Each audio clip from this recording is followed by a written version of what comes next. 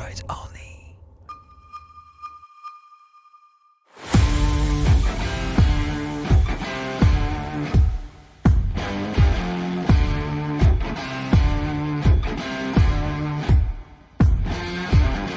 Ah les copains, je suis bien content de vous proposer cette vidéo aujourd'hui d'une moto exclusive parce qu'elle n'est pas encore sortie chez nous.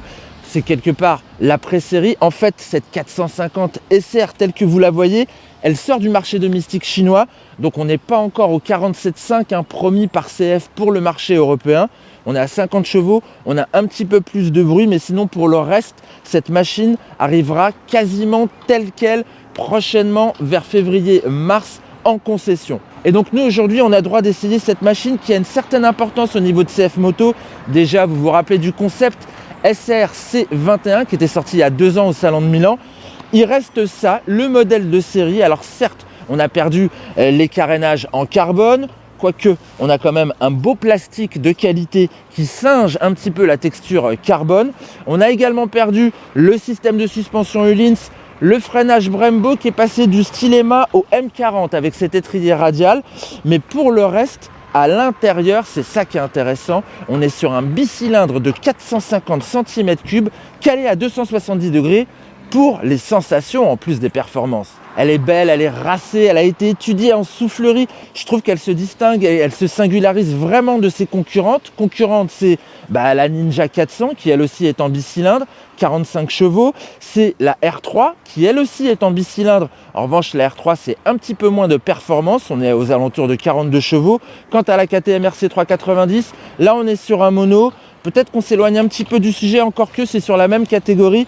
Mais là, ça nous promet des performances de premier ordre pour cette petite bombinette qui ne ferait que 160 kg sur la balance. Donc un rapport poids-puissance plutôt intéressant.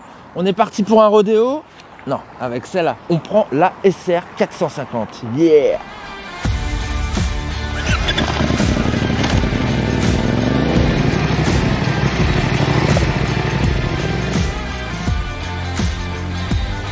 On va quitter cette belle ville de la Ciotat pour prendre la direction du Paul Ricard. On va pas y rouler malheureusement, mais on fera un petit débrief juste devant. Bon déjà, cette sortie en ville, elle est plutôt facilitée parce que la position de conduite, elle est sportive. On est quand même bien en appui sur les poignets avec ces demi-guidons, mais c'est des demi-guidons qui sont pas trop refermés. Ils sont assez ouverts. Donc du coup, en fait, je force pas vraiment sur mes poignets. Et puis, si je veux, j'ai la possibilité de me tenir un petit peu plus droit. Et ça, c'est cool. Là, dans ce milieu urbain, on ressent son poids là éteint. Sur la selle, on est plutôt bien installé avec de bons appuis au sol. Je suis 1m83, vous le savez. C'est peut-être pour ça, mais franchement, c'est pas très très haut. Et là, en ville, ce que j'apprécie également, c'est le rayon de braquage. Incroyable, c'est le rayon de braquage d'une 125 pour vous dire. Ça tourne très très court. Petit mouchoir de poche. Allez, un petit tour par l'autoroute maintenant pour tester de cette position de conduite qui n'est pas la plus confortable qui soit, bien évidemment, mais je peux quand même me coucher sur la machine pour essayer d'avoir un peu de protection parce que là, cette bulle, en vrai, elle protège pas BZF. 130 km/h en 6ème, petite indication pour le moteur. Je suis juste en dessous des 7000 tours en Vmax sur une autoroute allemande du sud de la France.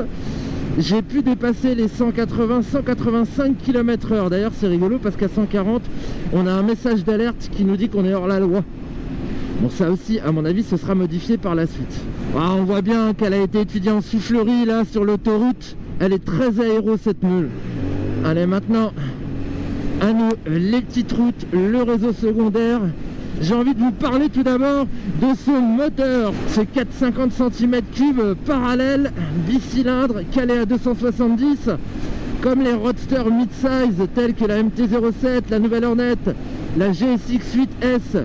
Ça devient la norme, et on comprend pourquoi, parce que déjà il y a une bande son qui est, alors là, vraiment chouette. J'espère qu'une fois la version définitive mise au point, on gardera cette identité sonore qui est vraiment à son avantage. Et ensuite, ce petit bloc, mon qui chez moi fait 50 chevaux, il d'en faire 47,5, eh bien il fait étalage d'une linéarité absolument indispensable sur ce genre de moto. Il faut accrocher les 2500 tours minute, 3000 tours minute pour que ce bi s'éveille aux abords des 4000. Là on est vraiment dans sa zone de confort et là dans l'état on peut tirer les rapports jusqu'à 12 000. C'est assez sympathique. Il n'a pas un gros frein moteur. Oh, c'est souvent comme ça avec ce type d'architecture. Elle fait vraiment envie. Le châssis est très rigide. C'est exactement ce qu'on attend d'une sportivette. En revanche, au niveau des suspensions, on est sur un compromis évidemment pour avoir un petit peu de confort. Encore que non, c'est quand même plus rigide que sur un roadster. Mais pour moi, ça manque quand même encore un petit peu de retenue, en particulier de la fourche.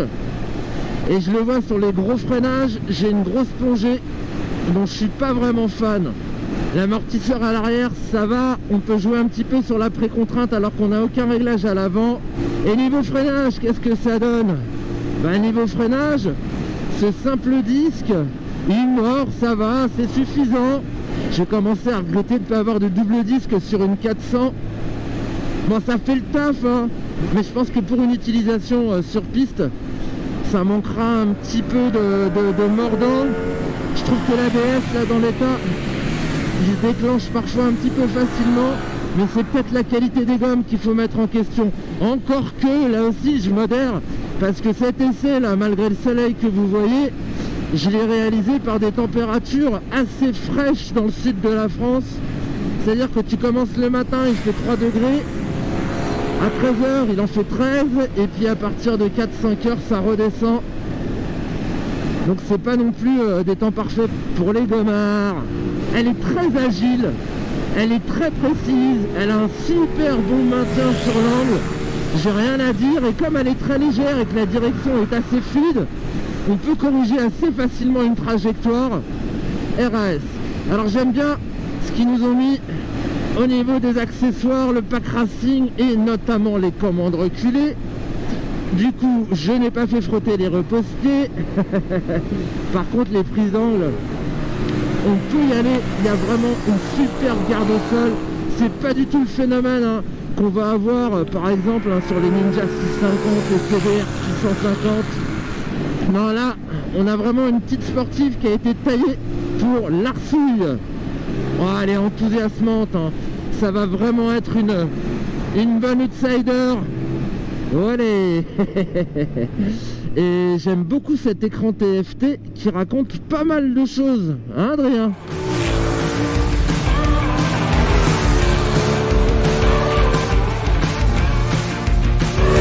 Et oui Mehdi, t'as déjà donné de multiples infos techniques en essorant pas mal la poignée. Avant de s'attaquer au TFT, voici les chiffres clés de cette 450 SR. Son carénage au look réussi abrite effectivement un bicylindre parallèle développant 47 chevaux et demi, 50 ici mais c'est une pré-série, pour 39 Nm de couple. De quoi dynamiser cette sportive au poids mesuré de 168 kg à vide, dont la consommation atteint lors des conditions, certes spéciales, de notre essai, la valeur un peu élevée de 5,8 litres au 100 km.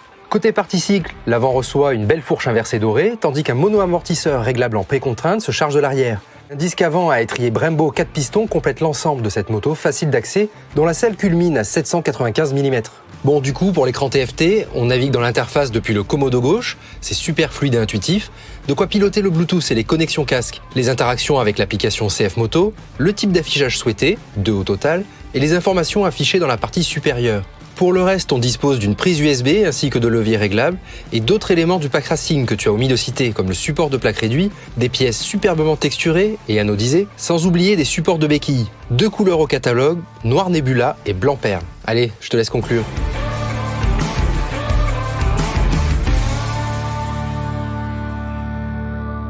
Bon, petit débrief de fin face au circuit Paul Ricard qui était fermé actuellement. C'est pour ça que vous n'avez pas eu le droit à un essai sur piste mais plutôt à un essai sur route. Bon, finalement c'est pas plus mal parce qu'on sait que cette bécane elle sera essentiellement sur la route, mais à mon avis pour les track days ça risque d'être sympa. Donc moi maintenant ce que je peux vous dire sur ce premier essai de cette pré-série, c'est que c'est déjà très convaincant au niveau du moteur. Vraiment ce bicylindre de 47,5 chevaux, 39 Nm de couple, c'est pas négligeable sur cette cylindrée, c'est quand même pas mal. Et bien ce moteur, il est vraiment addictif. More Fun, il y a écrit partout. Bah oui, More Fun, parce que c'est un jouet, c'est vraiment un jouet, parce qu'il est bien encastré dans ce châssis assez agile. Bon, je vous ai dit, suspension perfectible, à mon sens, hein, moi qui aime bien les trucs un petit peu rugueux. Le freinage également, il y a ce qu'il faut, hein, mais il en faudrait encore plus hein, d'après-midi. C'est toujours ça, j'en veux toujours plus, c'est le problème. Maintenant, la concurrence, il faut quand même qu'on parle de prix. Cette moto, elle va sortir à 6 490 €. 6 490 €. Alors, est-ce que c'est cher? Qu'est-ce qu'on a en face? On a une Kawasaki Ninja 400. On est à 6 749 €. Donc, vous voyez la différence. Je vous ai dit 6 490. Il y a à peu près 300 balles entre les deux. Ok, sauf que la Ninja, elle fait 45 chevaux, elle en fera 2,5 de moins, bon ça on s'en fiche.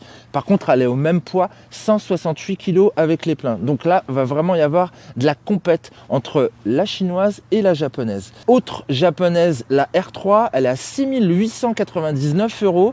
C'est une 321 cm3. En revanche, c'est pas une 450, il y aura un petit peu moins de couple, il y a un petit peu moins de puissance également. Au niveau du poids, on est à 169 kg sur la Yamaha. Je vous parle vite fait de la KTM RC 390 qui elle est en mono. Vous le savez, Katoche, on est à 43,5 chevaux. Pour un mono, c'est quand même vachement bien. 155 kg, et ouais, un petit peu plus légère. En revanche, elle est plus chère, 7 299 €. Voilà pour cette pré-série. J'espère que ça vous a plu, cet essai dynamique sur les routes du sud de la France. Moi, j'ai adoré. Déjà, j'adore le look de cette meule. C'était ma moto préférée sur l'Alpe Aventure Moto Festival, hein, pour l'anecdote, parce que je la suis depuis que je l'ai vue à Milan. Et sincèrement, je trouve que c'est une bonne gâche, légère, dynamique.